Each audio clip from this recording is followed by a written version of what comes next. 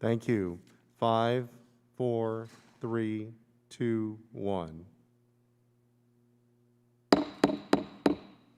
The Subcommittee on International Development, International Organizations, and Global Corporate Social Impact will come to order. Good morning, everyone. Thank you to our witnesses for being here today for this hearing entitled Shifting the Power, Advancing Locally Led Development and Partner Diversification in U.S. Development Programs. Without objection, the Chair is authorized to declare a recess of the committee at any point, and all members will have 5 days to submit statements, extraneous material, and questions for the record, subject to the length limitation in the rules. To insert something into the record, please have your staff email the document to the previously mentioned address or contact subcommittee staff. As a reminder to members joining remotely, please keep your video function on at all times, even when you're not recognized by the Chair. Members are responsible for muting and unmuting themselves, and please remember to mute yourself after you finish speaking.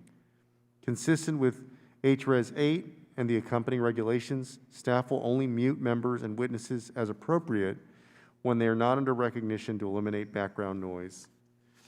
I also ask members who are present in the hearing room to keep their masks on when they're not speaking. I see that we have a quorum and will now recognize myself for opening remarks. Pursuant to notice, we're holding a hearing today on the role locally led development plays in the United States international development efforts. Experience across multiple administrations, both Democrat and Republican, has found that locally led development has numerous benefits, including on sustainability and effectiveness. Each of the last 4 administrations has prioritized locally led development in one way or another, through reforms at USAID and at multilateral institutions in the Bush administration, the USAID Forward policy, the Obama administration, and the Journey to Self-Reliance framework in the last administration.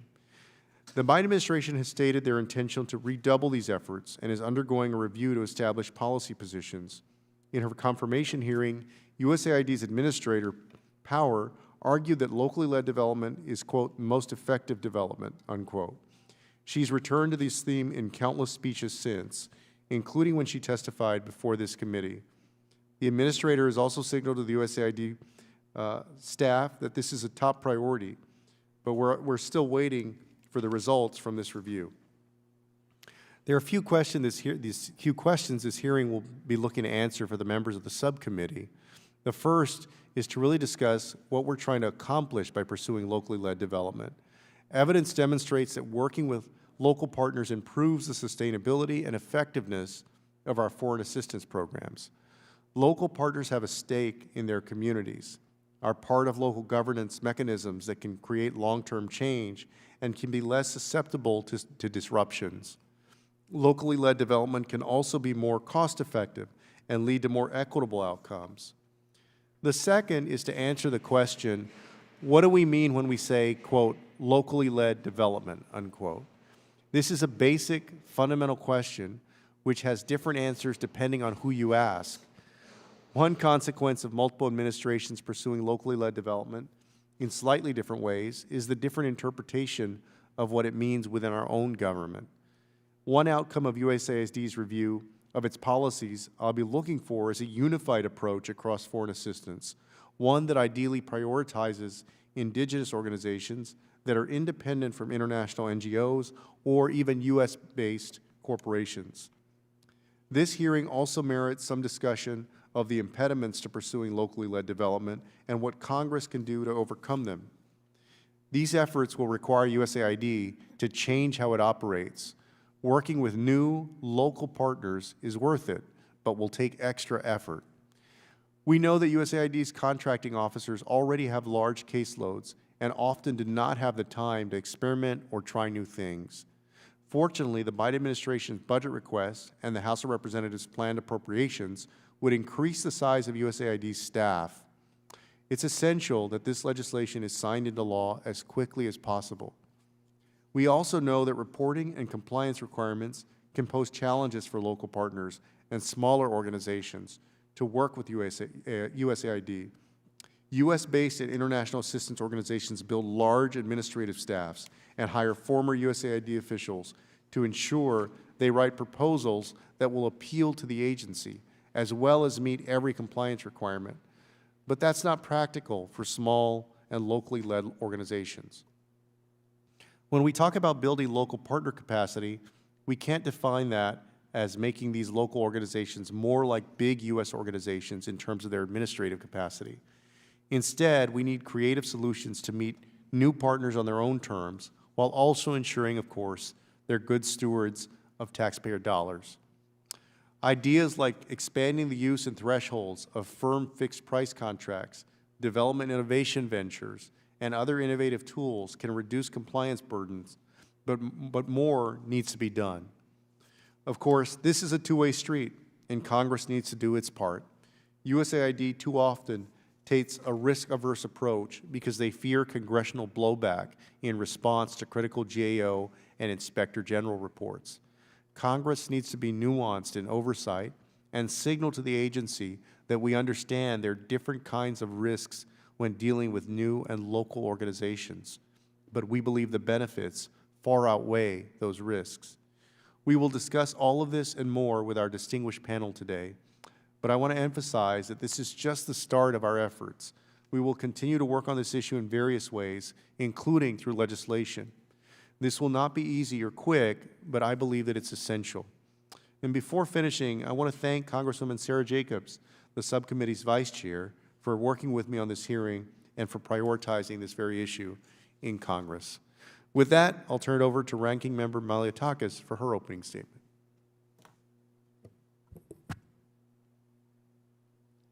Thank you, Chairman Castro, for holding this hearing, and thank you to our witnesses for agreeing to testify and share their experiences with us.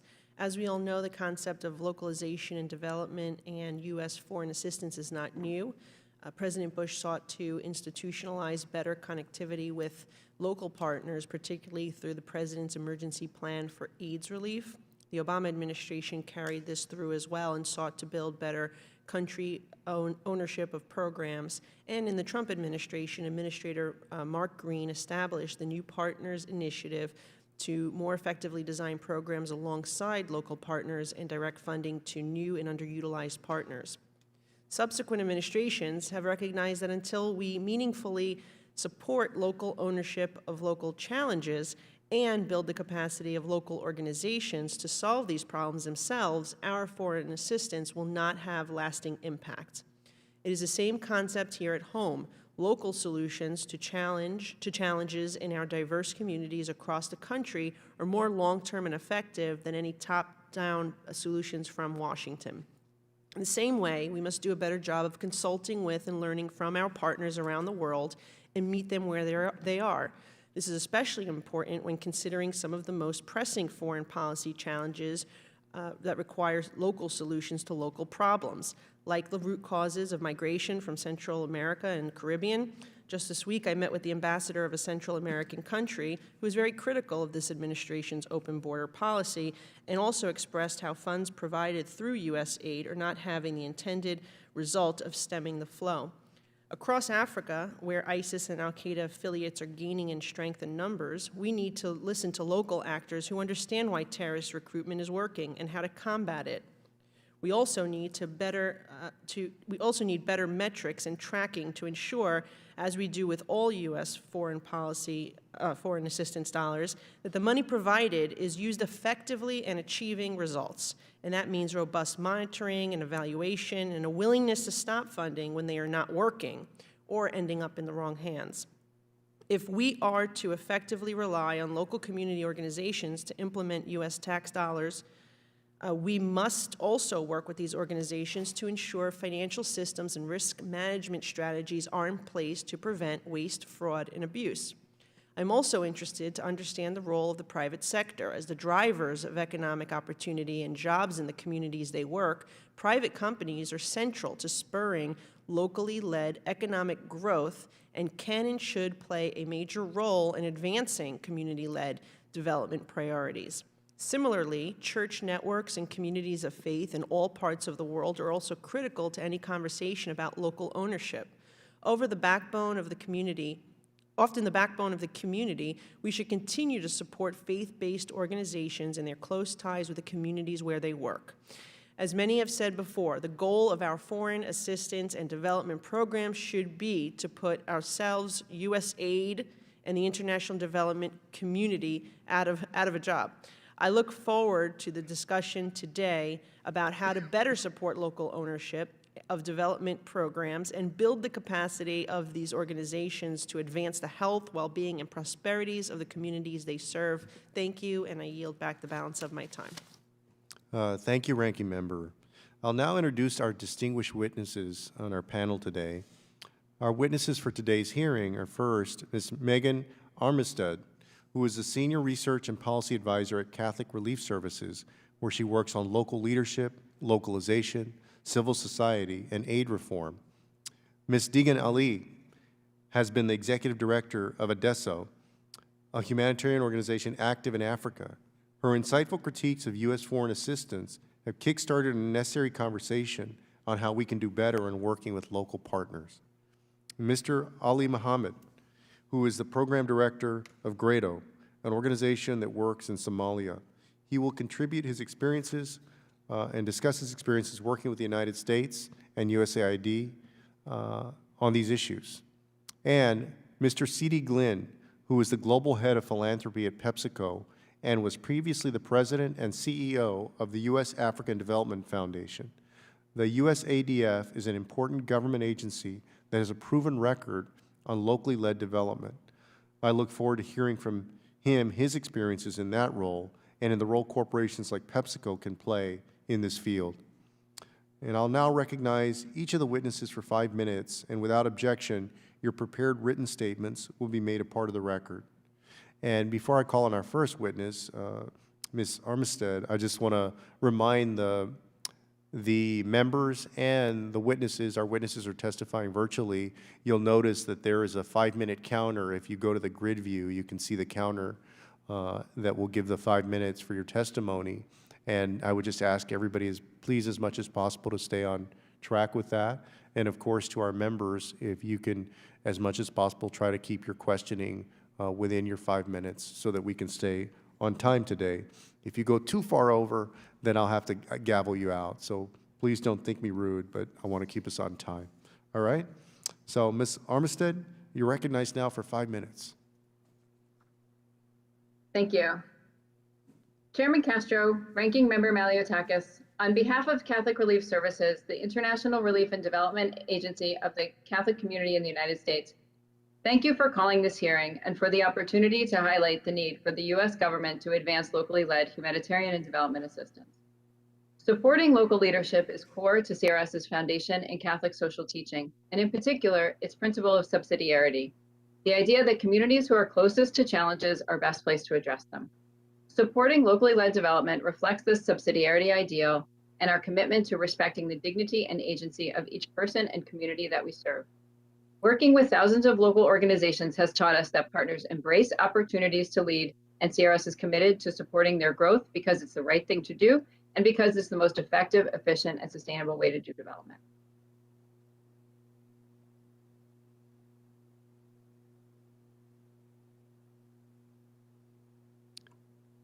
Oh, you may be on mute there. Did you get muted, or did we lose the audio? Am I okay? Can you hear me now? Oh, you're back. Yeah. Okay. How about picking up with our work with partners has shown us that a new way is possible. One example is our $40 million USAID-funded SMILE project in Nigeria, which successfully provided critical services to orphans and vulnerable children while also strengthening the capacity of 49 local service providers. In addition to hitting all of its programmatic targets, SMILE's partner agencies saw real improvement in their organizational performance, and 10 have now transitioned to become prime recipients of USG funding. SMILE proved to us that effective local organizations exist, and with investment can begin to take the helm for sustainable solutions. We also see this on the emergency side, where we have experiences like our PEER project, which worked with local faith-based institutions in India, Lebanon, and Indonesia. At the end of that project, all partners had measurable capacity improvements. More interestingly, though, in 2020, we returned to these partners to see how they were responding to the COVID emergency and found that all 22 continued to apply lessons learned from participating in PEER and found their improved systems helped enable an effective emergency response. These are just a few examples of many. In 20 years of working with civil society groups around the world, I can say that there are smart, capable leaders committed to advancing their communities. Listening, investing, and partnering with them and their institutions can make foreign assistance smarter, more cost-effective, and more impactful. Efforts to advance local leadership must be guided by a few core tenets. First, CRS believes that localization must go beyond program implementation to also include local ownership of development goal setting, prioritization, decisions, and strategies. Second, we know that holistic capacity strengthening underpins effective localization. Too often, local capacity is defined as the ability of organizations to comply with donor regulations. Real and enduring change happens when organizations own their capacity assessment and goals and when investments are made in organizational systems and structures. Next, the business of aid may have to change too. Local capacity is important, but transformation also requires change in business processes on the funding side, including things like size and timelines of awards, mechanisms of procurement, flexibility in funding, and fair risk management. Finally, we stress the importance of supporting both a broad, inclusive civil society, including faith-based organizations, as well as local government in order to meet development goals. With these principles in mind and rooted in our values and experiences, we offer the following recommendations. 1, local means local. Define the goal clearly. Donors and programs have developed a range of definitions of local civil society and other entities. There are significant differences across these definitions, causing confusion and raising a number of concerns.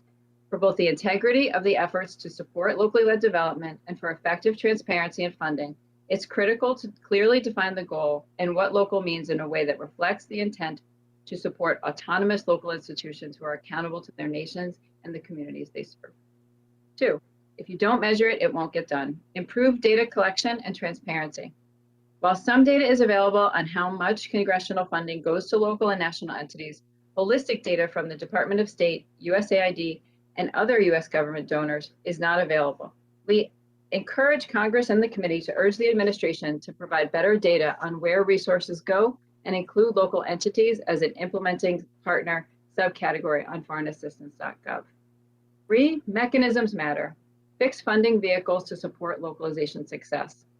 Congress must ensure reasonable size and timelines of awards, align the choice of funding instrument with local actors' capacity, and embrace flexibility in funding and fair risk management practices. And lastly, 4, no shortcuts. Invest in holistic, not transactional capacity strengthening. We ask that donor agencies fully fund comprehensive holistic capacity strengthening approaches that ensure locally led goal setting and go beyond simple transactional one-off activities. To close, we thank you, Chairman Castro, and the committee for your leadership and attention to this important matter. The time is now to reflect and make much needed positive change to our foreign assistance. We look forward to working with you to making our foreign assistance dollars go further, do more, and ultimately support the dignity of every human person. Thank you. Thank you very much for your testimony. And I will now call on Ms. Ali for her testimony. Ms. Ali, you're recognized for 5 minutes.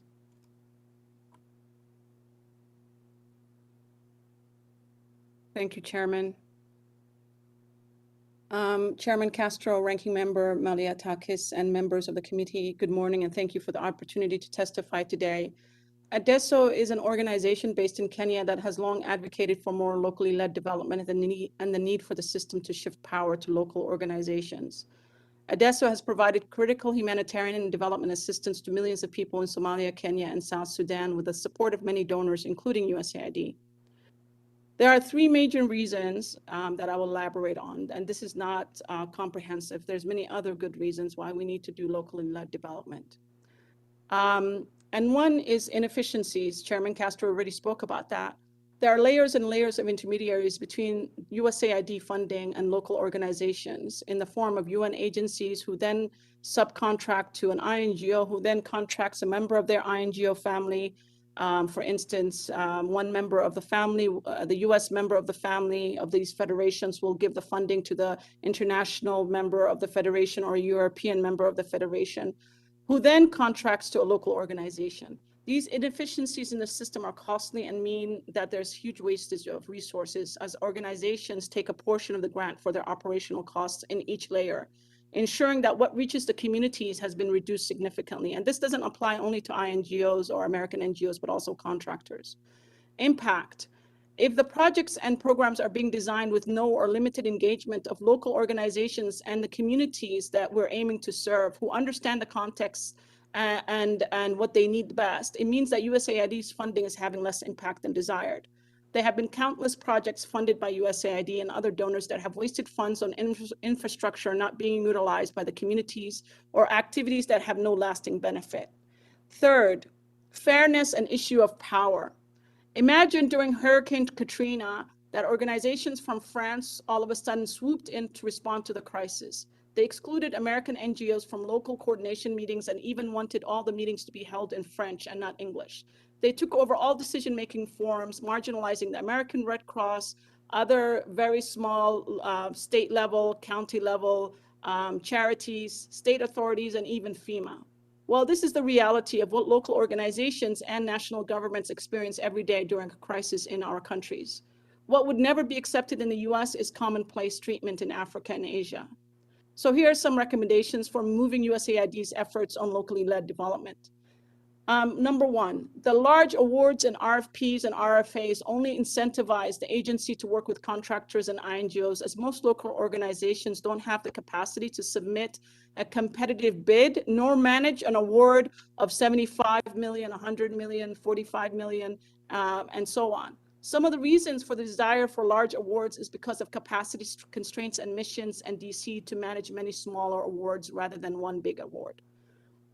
Number two, require that all American and European partners of USAID have a 3-year exit strategy out of a country where they start off as a prime to a local partner, but transition to being subcontractors after 3 years. And the INGO provides only technical support to the local partner. Megan from CRS has already described some amazing examples from their projects. After 3 years, both humanitarian and development assistance should be led by the local organization or the local university or the government or the private sector, while the American or the European NGO or contractor has transitioned to becoming a subcontractor to a local partner. Number three, USAID needs to develop strong tracking tools of how much of its humanitarian development funding goes directly to partners. It should also provide incentives for the missions that increase their percentage of funding every year while simultaneously investing in institutional capacity strengthening of their partners. The missions that perform the best on various metrics should be rewarded and given public accolades and other ways of rewarding them. USAID, number four, USAID missions lack enough specialized personnel to support the capacity development of partners to manage many smaller local grants. The missions are often understaffed and overwhelmed. This is one of the reasons they don't want to manage multiple partners with small awards. Congress can support USAID and other development agencies engaging in more local partnership by supporting the staffing of those agencies. And lastly, to say that, there's already a great precedence with PEPFAR that has given, I think, over 40–50% of its funding to local organizations, USAIDF, and other US government institutions that are doing excellent on these metrics of supporting more locally led development. So the question needs to be asked is, why is it that some parts of the agencies and US government agencies are doing well while others aren't? And I think this is a question of both not just capacity, but also risk willingness on the part of USAID. And we need to provide as much support as we can to change the behavior and the attitudes of those who have, there's many in the institutions who are champions of locally led development, but there are many others who find it very risky and really find it a very scary concept. So we need to support those members of USAID who really need serious, strong capacity development on their part to understand the impact and the other benefits to locally led development. Thank you, Mr. Chairman and committee members. Thank you, Ms. Ali. I'll now call on Mr. Mohamed for his testimony.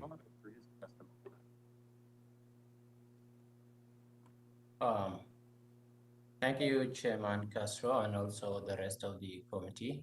On behalf of GREDO, I believe a locally led development aid could work if the donors and the international agencies can fundamentally change the way they think and also adopting ideas of giving space to locally led initiatives. This means local communities set their own priorities and approaches, hence the NGOs can provide a technical backup on the know-how and the technical expertise. it will also locally be owned, where NGOs start an outsider, but then hand over the implementation to local NGO groups to create sense of ownership. But unfortunately, what we normally see is that aid is locally delivered, where NGOs get the funds and subcontracts a national NGO to do part of the project, which are called partnership agreement, while actually it is a delivery contract approach, which shouldn't be the case. Locally led initiatives could be effective and cost efficient. For instance, in Somalia, we piloted a COVID-19 response project with Save the Children, which within 3 months have been benefited by almost 103,000 beneficiaries.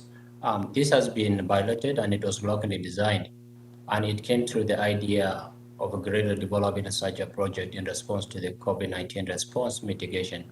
And what this gave us is the leverage to absolutely be known by the project, which is also designed by the organization itself in a means that fits the community and the local context.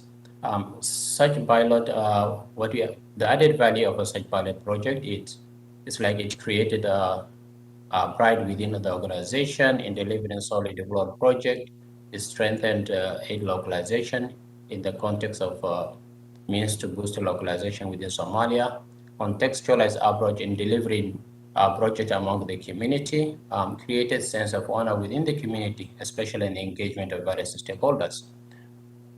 To be effective, locally led aid should be part of the bigger picture. And to achieve this, you need to context specific knowledge and the local people on ground willing to take the leadership and risks in the scenarios that we really need is to rethink what partnership really means in the current context of aid structure. It shouldn't be only or limited to outsourcing and subcontracting national NGOs for delivery of projects in their respective countries, and in this case, Somalia. It should be basis of local knowledge, initiatives, new ideas, and commitments to do better for the future. Donors and NGOs should get smart on how they help local NGO groups to scale up. True partnership should be based on respect, trust, and humility, while locally led aid and a true partnership with NGOs will increase our preparedness, establishing more connection to the local communities at risk, and eventually increase aid effectiveness. True locally led development can happen, and it needs the willingness to trust and experiment locally driven approach and ideas. It's important that we reform the aid sector, putting local actors, in this case national NGOs, civil society, government institutions, and the local community at the center and giving space to fully respond locally. Recommendation to USAID on locally led development. One, to diversify USAID partnership approach with the engagement of national NGOs, government institutions, the private sector, and the local community. Two, establish a suitable funding bracket for NGOs to apply directly at the country level, or maybe establishing a pool of funding to increase the quantity and quality of funds channeled to local actors. Invest more on national NGOs capacity strengthening and system, and this should go beyond the basic in-house trainings and invest more in the organization system. Facilitate open and honest dialogue within all actors with regard to funding. Promote greater NGO sustainability through multi-annual funding or fundraising support and equitable overheads. Localization and working with first responders. Increase and support multi-year investment in the institutional capacity of local and national responders, including preparedness, response, and coordination. Back to you, Senator. Thank you very much for that testimony. I now want to call on Mr. Glin for his testimony. Mr. Glin, you're recognized for 5 minutes. Chairman Castro, Ranking Member Maliotosis, and members of the subcommittee, thank you for inviting me to appear before you today and to share my perspective on this important and timely global issue. With the rise of the global pandemic, organizations in almost every sector have had to rethink, reshape, and retool their ways of working. This is especially true in the international development sector.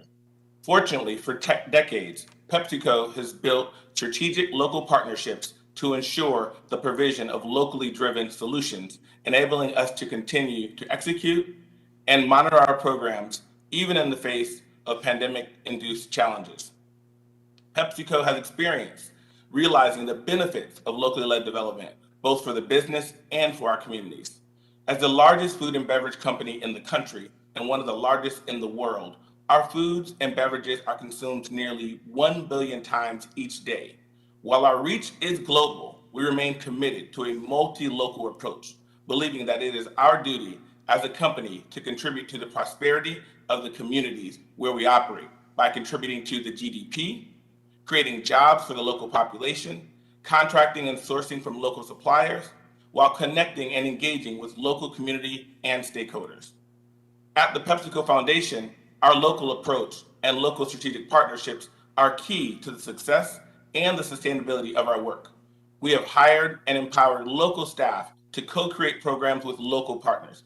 The result of our inclusive, locally led approach has been the development of innovative solutions that build upon local insights. For example, in Peru, we've been working with small-scale women producers since 2019. The program with Care Peru was disrupted by the pandemic. Instead of hosting in-person trainings for small-scale women farmers, we worked together with them to pivot to a virtual approach, and in doing so, created an e-commerce vehicle for these small-scale women producers who now are able to advertise and sell their produce via WhatsApp. In Pakalad, India, frustrated community members had been independently trying to establish reliable infrastructure to access water.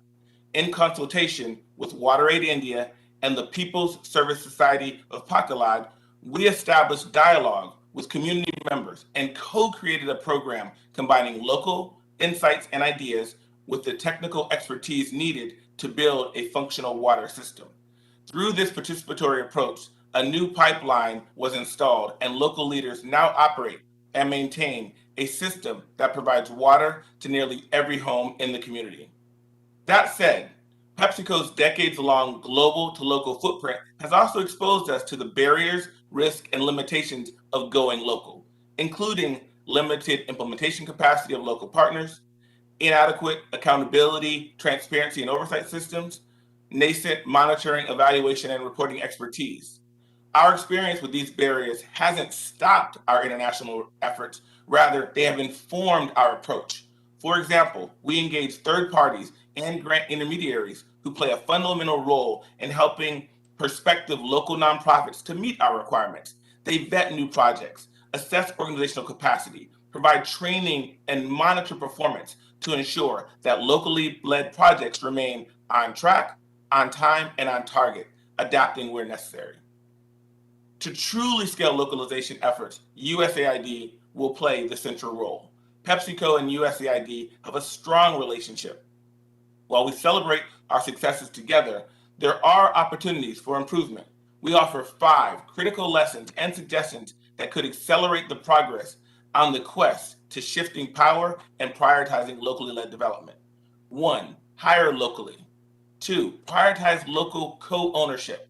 3, incentivize co-creation with the private sector. 4, modify monitoring and evaluation criteria to ensure mutual accountability. And 5, share local networks. In conclusion, this work is difficult. The barriers to locally led development are real and must be addressed thoughtfully. But we must prioritize progress over perfection.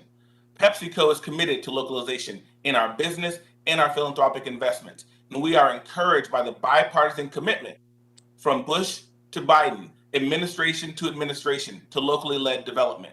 While we celebrate the progress the global development community is making, including that of international NGOs who are creating local entities with all local staff and local governance structures. At PepsiCo, we are listening to and learning from our local partners to empower them to lead long-term solutions. While far from perfect, we are making progress, and PepsiCo is proud to play our part in advancing the thinking and the doing as we all seek to shift the power. Thank you, Chairman. Thank you, Mr. Glin, for your testimony, and thank you to all of our witnesses for your testimony. And I'll now recognize members for 5 minutes each for questioning, and pursuant to House rules, all time yielded is for the purposes of questioning our witnesses. Because of the hybrid format of this hearing, I'll now recognize members by committee seniority, alternating between majority and minority. If you miss your turn, please let our staff know and we'll circle back to you. If you seek recognition, you must unmute your microphone and address the chair verbally. And I'll start by recognizing myself for 5 minutes of questions. As I mentioned in my opening statement, before we can embrace locally led development, we first need to come to an agreed upon definition of the term. And different parts of the U.S. government define the term differently. USAID is currently reviewing how it will define the term. And I believe it was Ms. Armistead, you spoke to this during your testimony. Can you elaborate on the different approaches the U.S. government takes and what a single definition would be? Thank you so much. Sure. I think what we've seen in recent years is a proliferation of a range of definitions, and it's that differentiation that sometimes causes some confusion and concerns. We see local entities established in a number of ways in different places, whether that's in PEPFAR or in the recent USAID ADS or within NPI.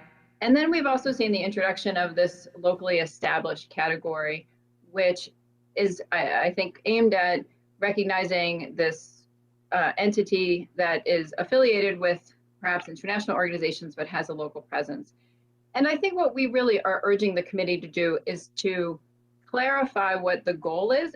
And I think we have heard across the witnesses and across the statements that the goal is really to shift the power and have local actors owning the development process and leading. If we're talking about that as the goal, I think we have to talk about local entities and define local entities in a way that reflects that local nature. So clarifying that we're talking about organizations that are part of the social fabric of the countries in which we are operating or talking about here with foreign assistance, and who are accountable to those communities. So I think that those lines, the autonomousness, the autonomy of the organizations, and the lines of accountability would be important lines to consider as we seek a common definition. I'd also like to add that coming to that common definition is important for the goal, but it's also important for just doing aid effectiveness well and increasing our transparency. A number of witnesses have talked about needing to have a better picture of where funding goes. And without a clear definition and a common definition, it's very hard to see that. So if we can come to a clearer definition of what local entities is, that can help inform our efforts to really have a better picture and a more transparent system that shows how much of our foreign assistance is going to local institutions. I hope that's helpful. No, thank you very much for that. And Mr. Glin, you formerly led the U.S. Africa Development Foundation, which is a pioneer when it comes to locally led development. What lessons do you believe USAID can apply from USADF's model as the agency tries to do more locally led development? Thank you, Chairman. I truly appreciate the question. And as you mentioned, I was president and CEO of U.S. African Development Foundation for approximately 5 years. And that model of development, along with that of the Inter-America Foundation, we feel like is exemplary to locally driven, locally led development. Some of the tenets of that is being demand driven and being demand responsive to the local needs and challenges. So not developing solutions to problems from afar, whether Washington, D.C. or writ large, but locally within the community. So being demand responsive, demand driven, looking at bottom up driven solutions, but also supporting those entities directly with direct support, grant support, but also having oversight by local organizations as well. We have a very ADF has a very cost-effective model because not only do they grant directly to grassroots enterprises and organizations, but they also leave it to local organizations to do some of the monitoring, evaluation, and support. And I want to appreciate the role that Congress led in creating and codifying USADF and the Inter-American Foundation by law. And in that codification mandated that we had to support local organizations and provide them that support directly and build their capacity with local entities. If that mandate wasn't there, we might see a model that is not as transformational as currently exists, where local organizations are enabled to build their own capacity, are enabled and supported not through implementers who are implementing programs for them, who really have to support and provide support with and through them, so that the entities are sustainable organizations, that they are long-serving, and that there actually is a pathway to prosperity. We talk about developing them, growing them, and scaling them so that they can take on some of the development challenges in their communities on their own. I think USAID could, at scale, take some of the tenets of USADF with local implementing partners, with direct support to organizations, and modify some of the current structures. But I will say that one solution is to scale up what is working. USAID and USADF consistently on an annual basis are somewhat under threat. And so by doubling down on those institutions to be complementary to USAID is also another way for the U.S. foreign assistance toolbox to really use some of the tools that are there, USADF Thank and you the for Inter-American that. Foundation. Yeah, thank you. I'm over time, so I'm going to turn it over to our ranking member, Malliotakis. Thank you, Mr. Chairman. I have a question for Mr. Glin. You know, we're at a time where there are many who attempt to vilify corporate America, and I think that there are a lot of things that we can point to in terms of how corporate America has helped fill in the gap where, you know, obviously we can't, it's not an endless stream of taxpayer money. We do rely on private sector partners to implement some types of programs, and you as the global head of philanthropy at PepsiCo, I would love for you to share some of the examples from your company's foundation, as well as perhaps others that you can give us from other private sector entities. Thank you for the question. Yes, at PepsiCo, the PepsiCo Foundation, we see ourselves truly as a collaborator with others in development, whether those are communities where we live and work, or whether it's other actors who are trying to meet some of those community needs. So collaboration is key to all that we try to do at PepsiCo, collaborating with the communities. We're a true contributor, as I mentioned, whether that's directly creating, increasing GDP, creating jobs, sourcing locally, and impacting the community. At USADF, we work with others to solve some global challenges in a local context. And so our priorities evolve around access to food security, creating more equitable access to nutritious foods, safe water access, as well as economic opportunity. And we work with other private sector entities in collaboration, and we also work with community organizations to bring about those solutions. We see ourselves also as a catalyst to really, as you mentioned, using our corporate power and the power of business as a positive role in society to catalyze solutions, and to sometimes to go in earlier than maybe government and other entities want to, but to catalyze solutions to show what works and then have those scaled up by USAID and others. So I think that there are ways in which USAID and other corporations can also follow, quote unquote, some of the corporations lead in areas like food security and areas like water or economic opportunity. There's ways to align to corporations investing in communities, and then also USAID and government entities that are involved in development, creating a local operating environment, an ecosystem where it's easier not only to do business, but to do good. We look at our impact as really creating local community impact, as well as engaging our employees in these countries. We have somewhere hundreds of thousands of employees globally, and also where we as a company can be a better corporate citizen. Mr. Glin, could you give us like one or two specific examples that you are most proud of what your foundation has been able to accomplish? In the areas of water is where we've had transformational impact, where we have a goal of impacting 100,000 people to provide safe water access to 2030 in countless areas around the world. With groups like WaterAid, we've been able to work on access, conservation, and distribution of safe water. We recently announced taking this water that's globally, that was in South America and in South India, to sub-Saharan Africa in areas of food security, partnering with even with USAID in West Bengal, India, working with smallholder farmers to help them develop new solutions to agronomical issues. In Egypt, we work directly with empowering women farmers in a program called She Feeds the World, where we really are helping engage women as the breadwinners of society to build their capacity. So in countless areas, the foundation comes together with local communities and with potentially other actors such as USAID to bring our corporate expertise, our convening power, and our resources to really amplify efforts of community-driven impact. Thank you.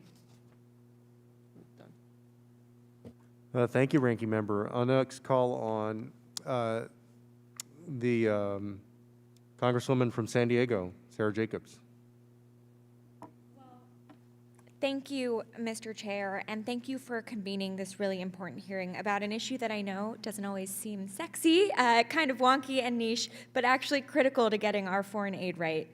In fiscal year 2020, only 5.6% of USAID funding went to local partners. And you know, the question is, why does this matter? Why is it important to fund local partners directly? And the answer is power. Because we talk a lot about improving development outcomes in countries, but we do so from an ivory tower, and we often task largely white organizations to carry out this work in other countries. And when they leave, the development outcomes, if they work to begin with, are no longer able to be sustained.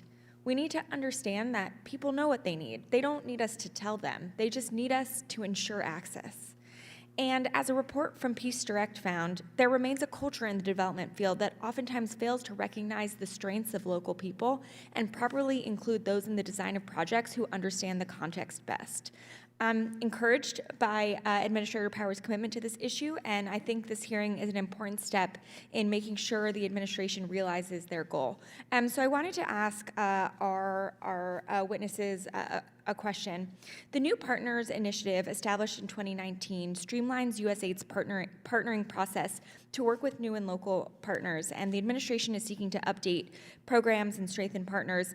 So, Ms. Armistead, I was wondering, in your view, how can USAID effectively build upon and improve this program to ensure that local communities, not just international organizations who hire local staff, are supported more effectively? And then, Ms. Ali and Mr. Mohamed, could each of you describe the top 3 specific barriers your organizations have encountered when trying to work with USAID? Thank you so much for all of those important points. And I think the New Partnerships Initiative is a great example of the increased interest in locally led development, and we're very enthused by that and encouraged as the US government is taking more of an interest and a recognition that locally led development is the right way to do foreign assistance. I think one question we have is, where does NPI fit within the larger ecosystem of US foreign assistance, and how can we integrate it into all the work that we do to support effective, efficient, and sustainable development, not just in a silo, but ensure that we're making efforts across the whole system, and within those efforts, always putting, as you say, local voices at the center. So looking holistically, also ensuring participation, so opening up new avenues for getting input from a range of voices as these new initiatives are designed and implemented is critical. I think looking at the definitions issue again is important, thinking about that, making sure that we are aligning initiatives such as MPI with the goal of effective locally led development is important. So I think those getting into the nitty gritty about how we're actually designing this is an important thing to do as we look forward. And looking to at the kind of the business of aid side of things. So ensuring that as we're looking at new ways and opening up new mechanisms for increasing access of local actors to lead development assistance programs, are we making sure that the business processes match those goals? So things like the size of those awards, the timelines of those awards, the risk management strategies of those awards. And I know we've talked, a number of witnesses have talked about this too, but those things matter in terms of how successful it will be as an initiative to support locally led leadership, locally Thank led you. development. I'm just going to cut in so we can make sure Ms. Ali and Mr. Mohamed have time to answer before my time runs out.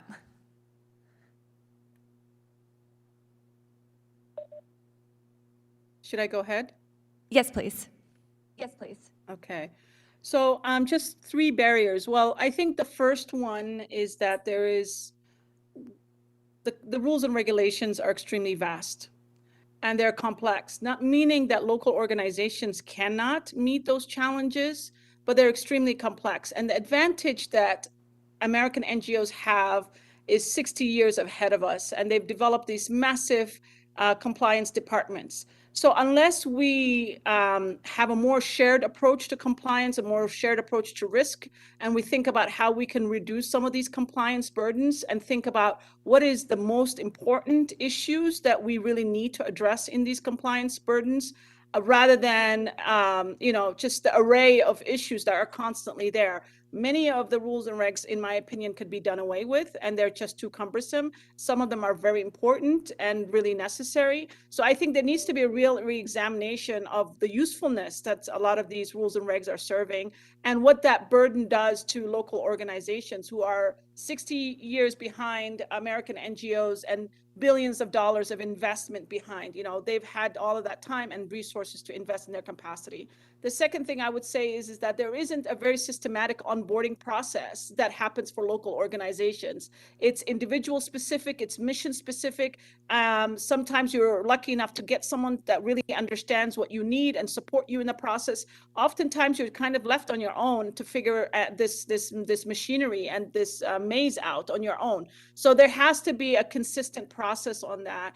And then lastly, I would say it's the attitude and the behavior. I think there has to be more recognition and more capacity development of the USAID staff themselves to be more risk sharing with the partners, rather than this very, I would say, racist attitude that if you're a local NGO, you're fraudulent, you're corrupt, and if you're an American NGO, we can trust you, which the data doesn't prove that. I'm sorry to say that the data doesn't prove that. There's just as much experiences and issues and problems with corruption or fraud or mismanagement of resources that happens with UN agencies, American NGOs, as it happens with local organizations. Well, thank so you. I think I'm sorry. we really need to change the perspective of the staff in that end. And I totally agree with you. I'm over time, so I will yield back. Thank you. Thank you, Vice Chair. All right, we're going to go now to Representative Houlihan.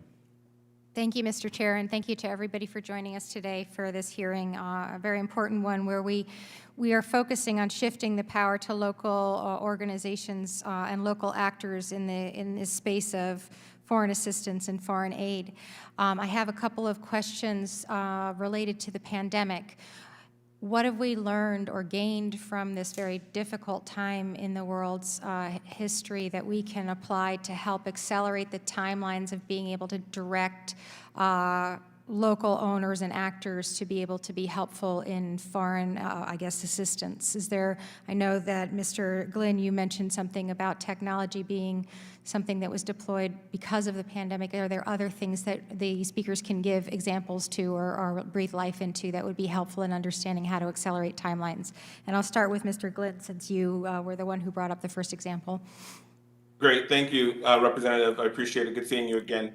The pandemic has exacerbated some challenges, but also, as you said, brought about some positive solutions. So I think the one is just a sense of trust. We couldn't, quote unquote, the international community couldn't travel the way we were used to. So we had to rely on local capacity in ways that we had never been forced to do. And I think it's been proven successful with individuals showing real resilience, local actors having the ability to survive, adapt, and then thrive even in the face of the global pandemic. So I think it's really changed one of the things around credibility and familiarity, which are some of the barriers to why going local and using local organizations is sometimes challenging. So trust has been strengthened. I'd also say innovation, in that we had to come up with new solutions and doing things differently. And those solutions were typically driven locally, asking local actors, local providers, organizations, how might we?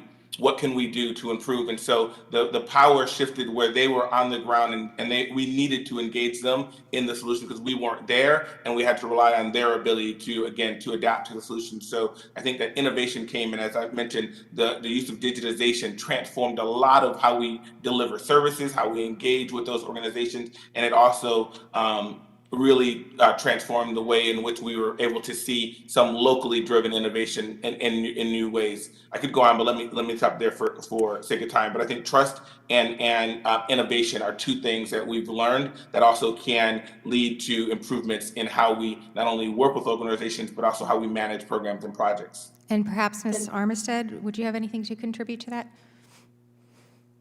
Absolutely. I would say that we've seen our local partners around the world responding to the crisis in their communities in flexible, smart, sustainable, and effective ways. I think that our recent experience going back to partners that had previously received some capacity strengthening investment was a great example for us too of how local institutions exist with great ability to respond best to the needs of their communities. And with investment, you can see real lasting change in their ability to do that effectively. And especially, I think one other thing that we're curious about, though, is I think a lot of us felt that this was going to be the moment for localization. And I think what we're seeing is our partners are there, our partners are ready, and we're ready to support them. But perhaps the funding itself has not flowed in the way that we expected. So I think it's also a moment of reflection for us to think about, we have local institutions out there, they're ready to lead, they may need some investment to do so most effectively, but we know that it works. And we know that COVID was a moment when they were best placed in many cases to respond, but we are not seeing that the funding necessarily followed that. So I think it's a moment for examination, a moment for reflection, and a time to dig into seeing what are those enduring barriers and how can we help move beyond them. Thanks. And with what's left of my time, I'd like to kind of dive into, I know the purpose of this hearing was about foreign assistance and foreign aid, but I'm also intrigued by the fact that we have Mr. Glin here from industry, from the for-profit sector, and I was hoping to get reflections from each of you on the record, if we don't have time, on what the power is of business. Mr. Glin, you mentioned the ability for business to do good. What kind of partnerships can you guys see from your NGOs and your NGO positions where you could engage in the power of people who are focusing more and more on environmental and social governance issues? Is there something that we can be doing as a government and as a Congress to be able to enable that relationship to be even stronger between the for-profit sector and the NGO or nonprofit sectors?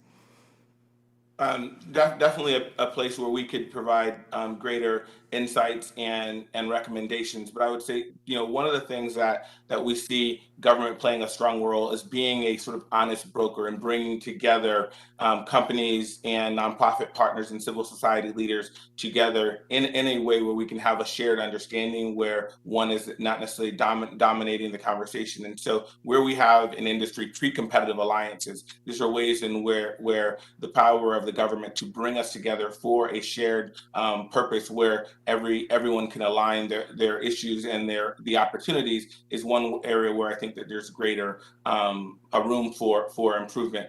I think that there's also this opportunity of working directly with local organizations, and we're privileged. And the same was true at USADF. Having local staff in the countries really gives you the local insights to be able to really figure out what needs to be done and listening and learning from them to be demand driven and demand responsive. And so using entities that have a strong ground game, such as corporations with employees who are finding funding and supporting local organizations, but also entities like USADF and IEF who have local staff who are trusted and true community connectors, listening to them and allowing them to sort of bring up some bottom-up driven solutions that we can then take forward to scale, whether through the private sector or through government. So I think that just the power of government to bring us together, but also to incentivize greater collaboration is a key area for greater exploration and an opportunity. I know that I've run out of time, but if any of our other speakers would be willing to provide that information or some ideas later on, I really appreciate that. And with that, I yield back. Thank you, Congresswoman. And I want to give, as a follow-up, an opportunity for Mr. Mohamed to provide an answer to Ms. Jacobs' question about essentially, your experience with USAID or American NGOs and what you think needs to change or what could be improved.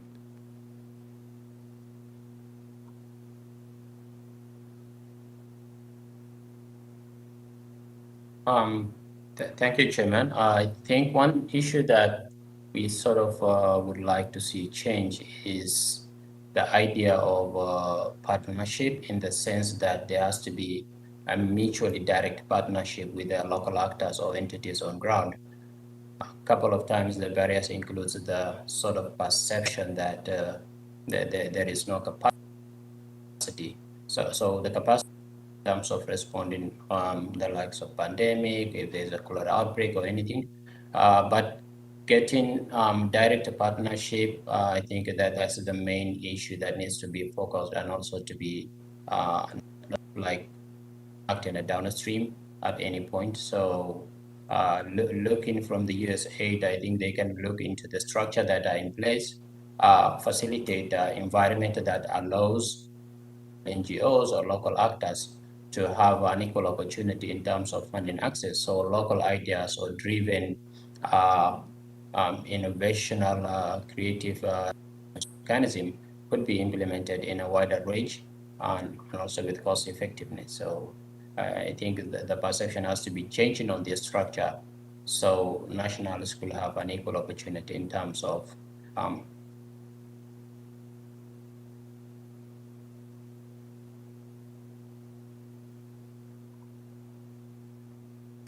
Thank you.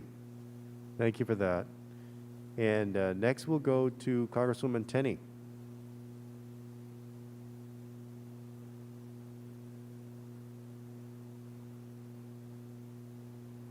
Congresswoman Tenney?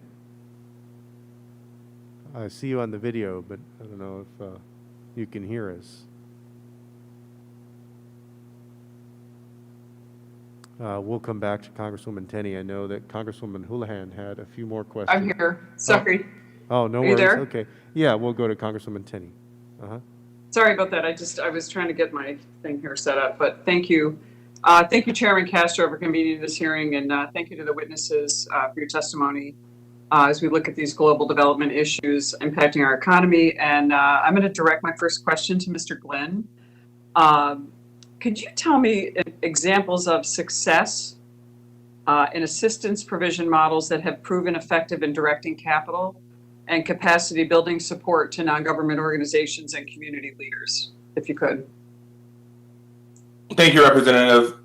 One example that I'll cite is our work in Egypt. So in Egypt, for example, we source 100% locally sourced potatoes, providing opportunities for 4,000 farmers to work across 40,000 acres. So this is PepsiCo, the business, but we also work in collaboration with CARE Egypt, the local arm of CARE International, to ensure that as we are sourcing, that we're increasing the yields and incomes for smallholders, but also supporting for their families. So this is an example of using the power of business to engage local growers and the farming community, but also linking to a nonprofit that is operating locally, CARE International, to implement a program that not only provides a sourcing opportunity for us, but improves the lives and livelihoods of those growing the product, but also their families. And so PepsiCo with CARE, with our local partners, but also with the local communities. And so those partnerships, tripartite and the like, are really critical to our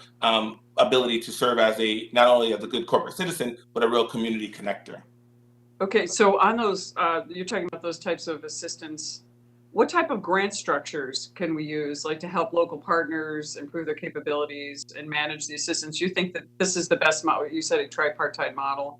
Can you just expand on that, how you mean, and how we would see the U.S. funds spent that way? No, great. So that is an approach where looking at the model of global development alliances, which are public-private partnerships, where USAID can come in, where PepsiCo comes in, and then we support, for example, another program that is in agriculture in West Bengal, where we have an MOU with USAID. PepsiCo is bringing funding, resources, capabilities on the ground. USAID is supporting a local implementing partner, and we're going in, quote unquote, aligned and together. There also are other models to really tackle the problem that we face with the capability and the accountability of local partners, and that's the US ADF model, which really has a tiered grant structure that really is about building the organizational capacity of the entity that you're eventually going to want to see run the program. So you're going in and building their capacity, and then you're expanding their ability to perform, and then eventually they are in a position to run the program on their own. So it's going in with a long-term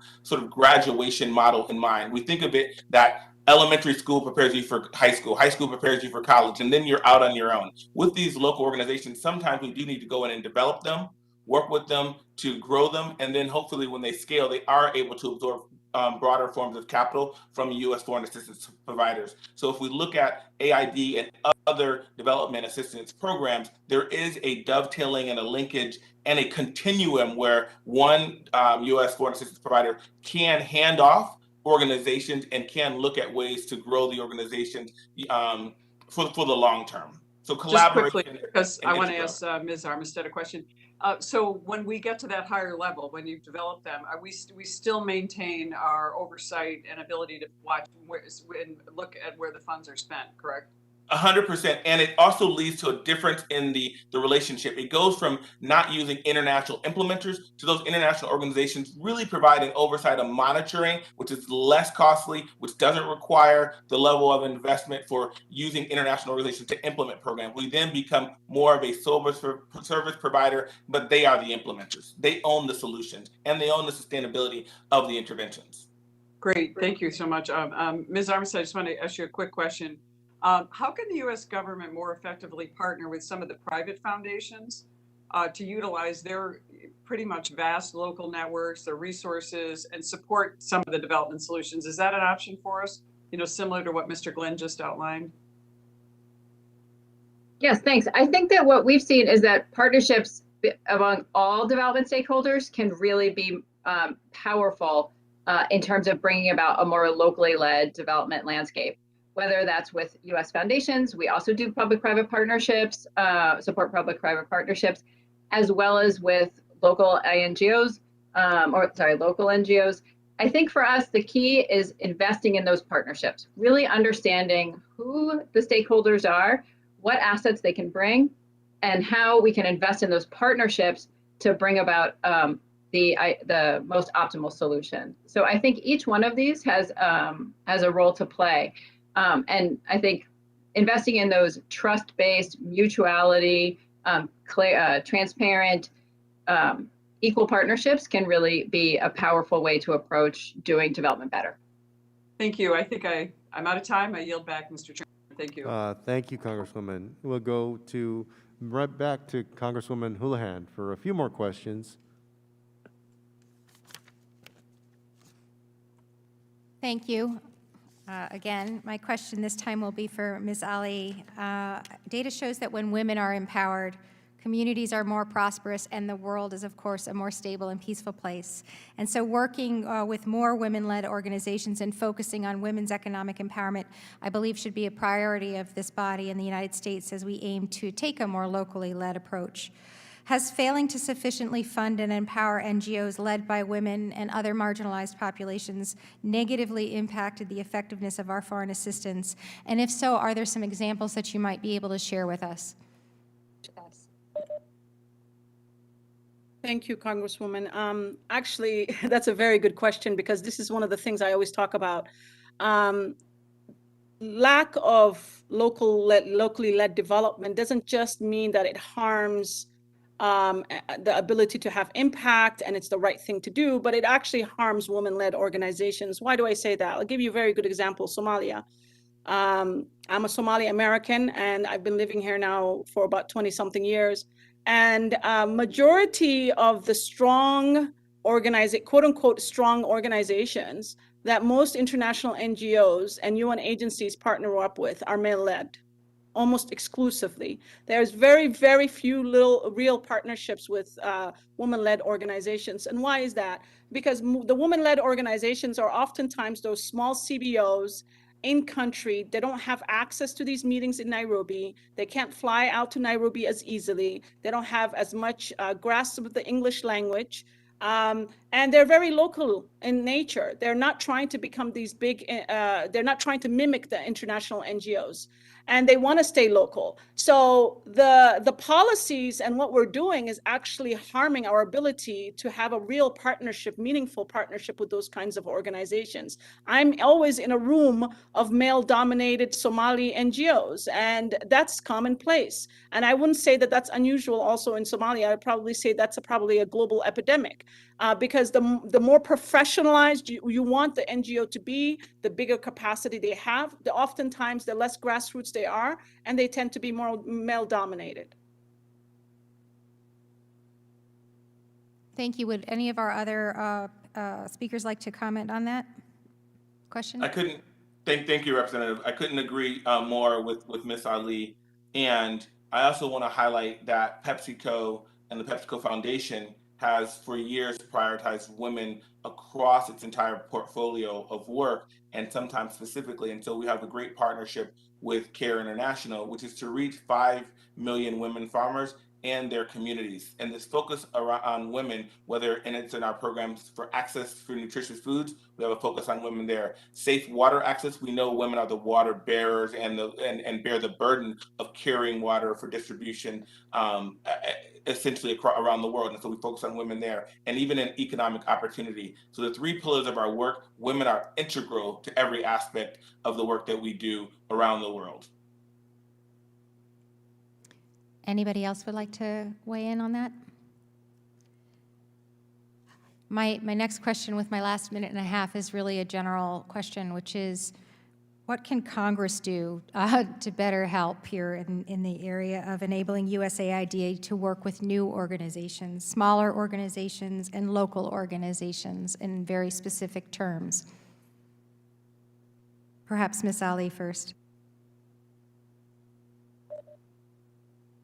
Yeah, I mean, I think we need to, as I've said, we need to examine the legislative kind of support that can be given to USAID and to incentivize them. There are certain barriers that they have, some compliance, some real barriers. I think earlier there was a question around innovative ways to move capital to more local organizations. One of the things we've been advocating for many years is to establish national funds. And the importance of that is because USAID staff are overworked and understaffed, so they want to write big checks, and that's why they like the $45, $50, $100 million RFPs. But if they establish national funds that are led by civil society in the country that have maybe a humanitarian window, an education window, a human rights window, whatever it may be, they can pool their money into that fund with other donors. And that allows them to have a greater reach of local organizations. So instead of having layers of intermediaries, you have one intermediary, which is at a national level led by civil society. So I think helping USAID to establish different kinds of mechanisms to move money would be really, really important. Thank you, and I've run out of time, and I yield back. Thank you, Congresswoman. And that concludes our questions for our witnesses today. And I want to say thank you to each of our witnesses, also our members who asked questions. To our witnesses, thank you for lending your expertise on this issue and your experiences as we move in the direction of more locally led development.